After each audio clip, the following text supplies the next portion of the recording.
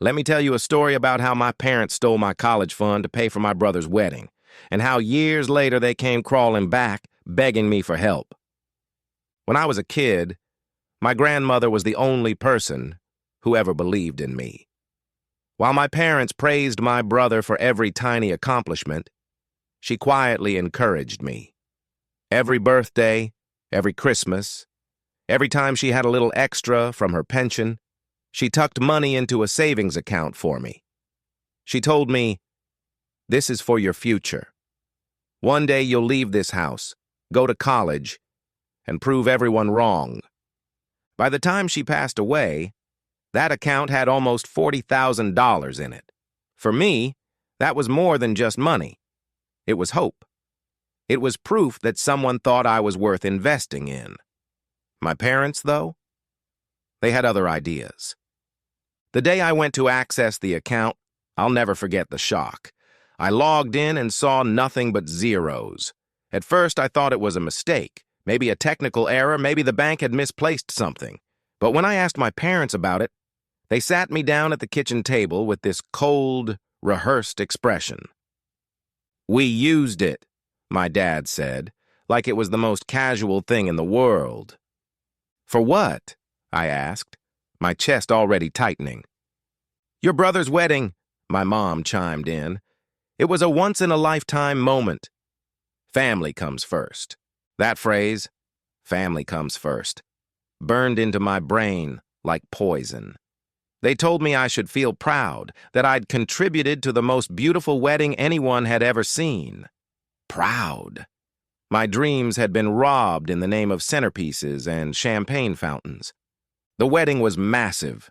Hundreds of guests, a luxury venue, custom flowers, live music, an open bar that went on until midnight.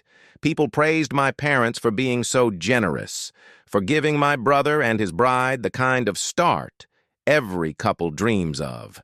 And every time I overheard those compliments, it twisted the knife deeper, because nobody knew that the generosity wasn't theirs. It was mine. I didn't fight them, not then. I was too stunned, too heartbroken, and truthfully, what could I do? The money was gone, and their decision was final. But inside, I made a promise. I'll never forget this. I'll never forgive this. And one day, I'll make sure you regret it. College became a battlefield. Without that fund, I had to take out loans, apply for scholarships, and work 2 jobs just to scrape by. While my brother and his new wife were on a 2-week honeymoon in Europe, I was pulling overnight shifts at a gas station and showing up to class half asleep. There were nights I went hungry so I could pay for textbooks, days when I skipped class to cover extra shifts. But no matter how hard it was, I kept pushing. And here's the part they didn't see coming. I thrived under that pressure. The same determination they dismissed in me became my weapon. I graduated with honors, landed an entry-level job in finance, and slowly climbed my way up. While my brother's marriage started crumbling under debt and arguments, I was building a future brick by brick. Then the cracks in their perfect plan started to show. My brother, the golden child, wasn't so golden anymore. His wife spent recklessly, they fought constantly, and within 5 years, their marriage collapsed. The 6-figure wedding that had required my college fund, it ended in divorce papers.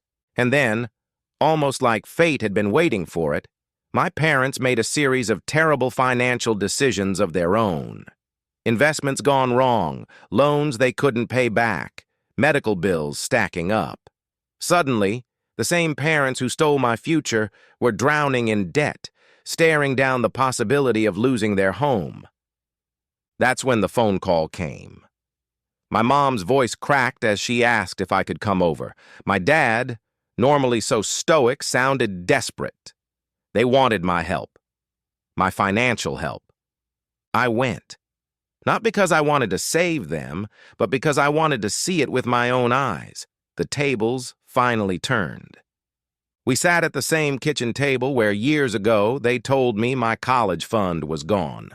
Except this time, their faces weren't smug.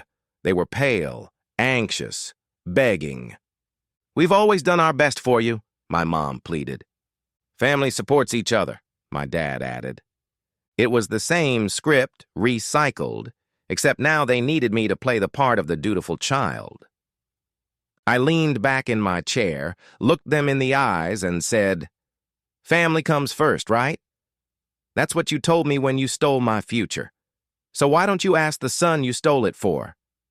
The silence was so thick you could hear the clock ticking on the wall. My father's jaw tightened.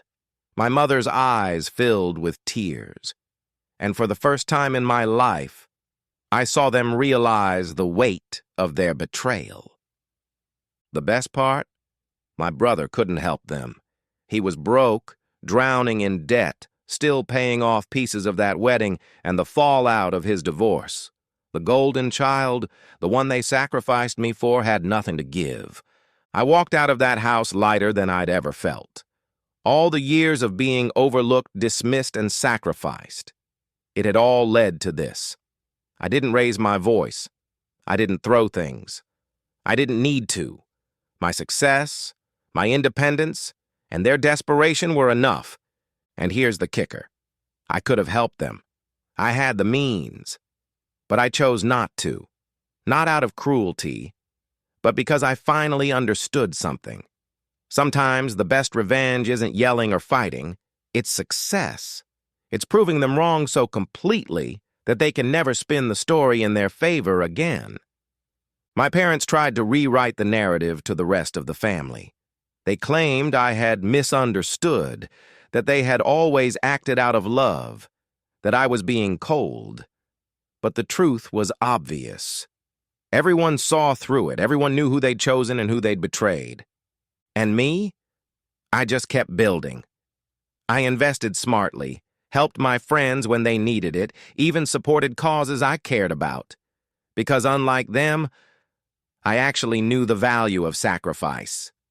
Now when people talk about our family, they don't call my brother the golden child anymore. They talk about me, the one they underestimated, the one they tried to keep small, the one who rose anyway. So when I say my parents came crawling back, I mean it literally. They begged, they pleaded, and they left with nothing. And I left with everything they never gave me: power, independence, and the satisfaction of knowing they'll regret their choice for the rest of their lives. And the irony? The money they stole for a wedding that ended in divorce would have doubled in value if they'd just left it where it was. Instead, it bought flowers that wilted, photos that faded, and memories that turned bitter. My grandmother wanted me to have a future, and in the end, I did, because I refused to let their betrayal define me. So if you enjoyed this story, don't forget to like and subscribe, because trust me, this isn't the only story of toxic family drama and revenge I've got for you.